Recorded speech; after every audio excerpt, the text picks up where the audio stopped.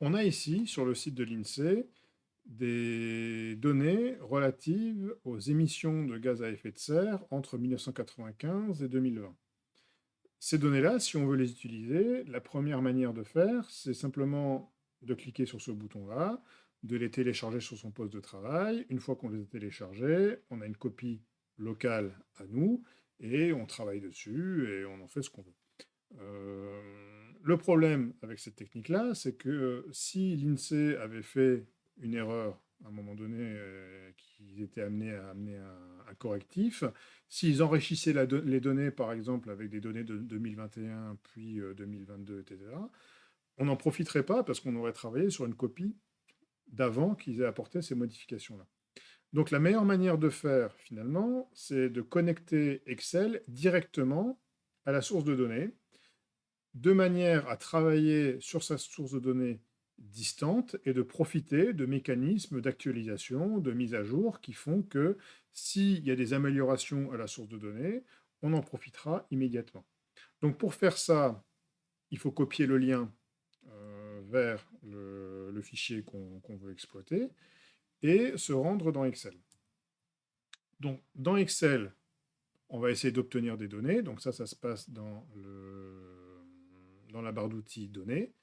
Et quand on veut obtenir des données, on sait qu'on va travailler sur un fichier Excel. Il y a d'autres possibilités de connexion à d'autres types de sources de données. Je prends ça simplement comme un exemple. Souvent, on trouve des fichiers texte CSV en nombre sur Internet.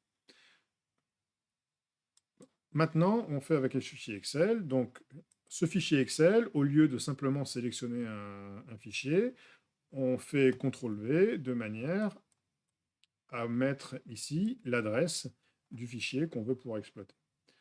Donc quand on fait ça, Excel va se connecter à la source de données de l'INSEE.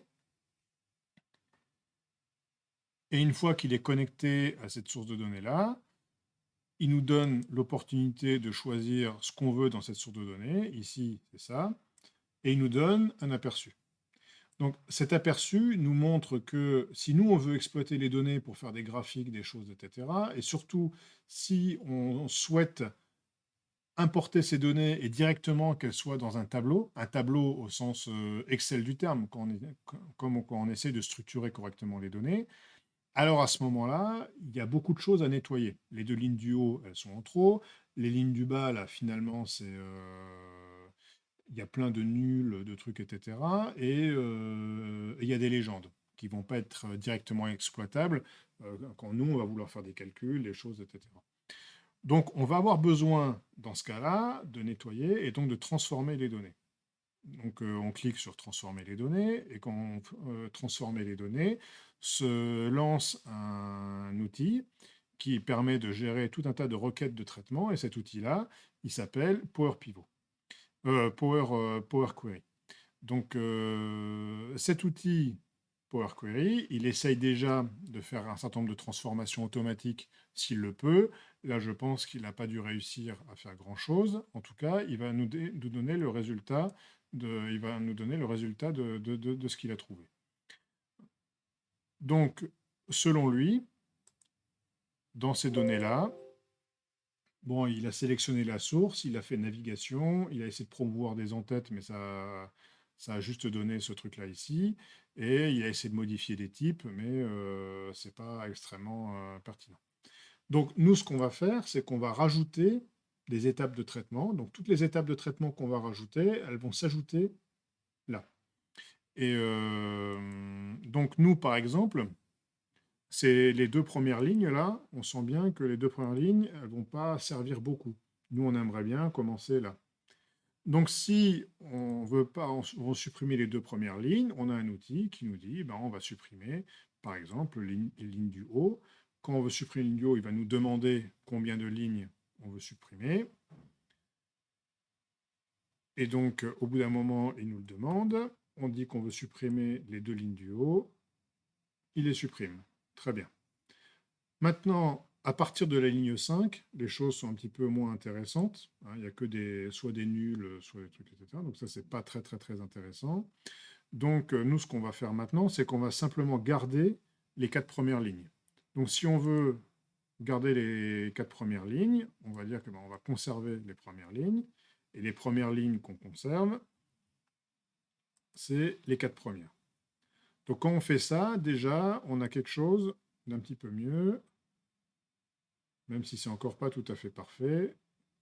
Déjà, on n'a plus de choses autour qui ne servent à rien.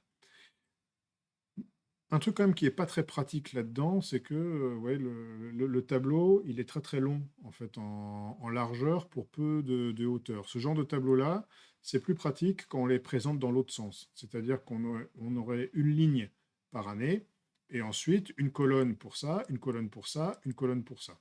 Donc en fait, il faut tourner ou transposer le tableau en question. Donc ça aussi, c'est le genre de choses qui sont possibles. Il y a plein de choses qui sont possibles, il y a plein d'outils, je n'en montre que quelques-uns. Donc là, on transpose le tableau. Donc si je veux transposer le tableau, j'obtiens ça. Donc là, c'est bien. Maintenant, un petit truc qui reste, c'est que cette première ligne, en fait, c'est pas des données, ça. Ça doit être des en-têtes de colonnes. Donc si on veut faire ça, on utilise la première ligne pour les en-têtes. Donc j'utilise la première ligne pour les en-têtes. Et je me retrouve à avoir quelque chose comme ça. Et en faisant ça, automatiquement, il a détecté que je n'avais que des nombres, et il a lui-même ajouté des modifications de type aux différentes colonnes. Et là, les ABC sont transformés là, en 1, 2, 1, 2 pour dire qu'on a des nombres. Voilà. Donc, ici, on a quelque chose de beaucoup plus satisfaisant, et on a opéré tout un tas de transformations sur les données. Ce qui est intéressant, c'est que, bon, là, ça n'est qu'un aperçu, on peut l'actualiser. Quand on actualise l'aperçu, s'il y a des choses qui ont changé sur les données distantes, à ce moment-là, il va recharger la source, naviguer, et il va refaire automatiquement toutes les étapes qu'on lui a données. Et lorsque l'on ferme et qu'on charge les choses dans Excel, alors on se retrouve avec un tableau Excel, au sens tableau Excel du terme, qui correspond aux données qu'on a empruntées. Et donc là, on a ce tableau-là, qui est le résultat de ce qu'on a trouvé sur Internet, mais qui a été transformé de la manière dont on souhaite le transformer. Et à partir de là, on peut procéder à des actualisations, ce genre de choses-là. Il peut même y avoir des actualisations automatiques. Si vous avez des données qui changent très très régulièrement, on peut faire des actualisations automatiques toutes les quelques secondes, etc., de manière à ce que les choses se mettent à jour de manière relativement dynamique. Donc là, on a quand même quelque chose qui est plus intéressant que simplement télécharger un fichier et l'exploiter, parce qu'on profite de la mise en place d'une connexion, etc.